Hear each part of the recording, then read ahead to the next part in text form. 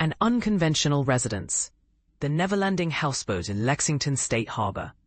In a unique site, a houseboat named Neverlanding from Windsor, Ontario, has made its way to the Lexington State Harbor in Lexington, Michigan, on November 25, 2025. This large raft, with its unconventional design, has sparked curiosity among locals and visitors alike. The boat's owner, Richard Laframboise, owner of the Windjammer Bar and Grill, hinted at the possibility of the captain visiting the restaurant on Monday night. The Neverlanding is equipped with a variety of watercraft, including a jet ski, rubber dinghy, and a rowboat or duckboat.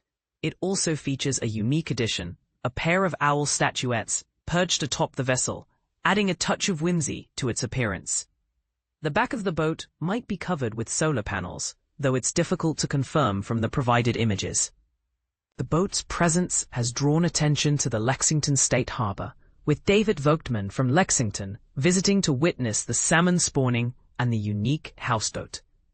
The Neverlanding's arrival has not only sparked curiosity, but also raised questions about the potential environmental impact and the feasibility of such an unconventional watercraft in the area. This unusual sight has undoubtedly sparked discussions and debates among locals and visitors, leaving many to ponder the reasons behind the boat's presence and the owner's motivations. The story of the Neverlanding houseboat serves as a reminder that sometimes the most intriguing sights are those that challenge our expectations and encourage us to explore new perspectives.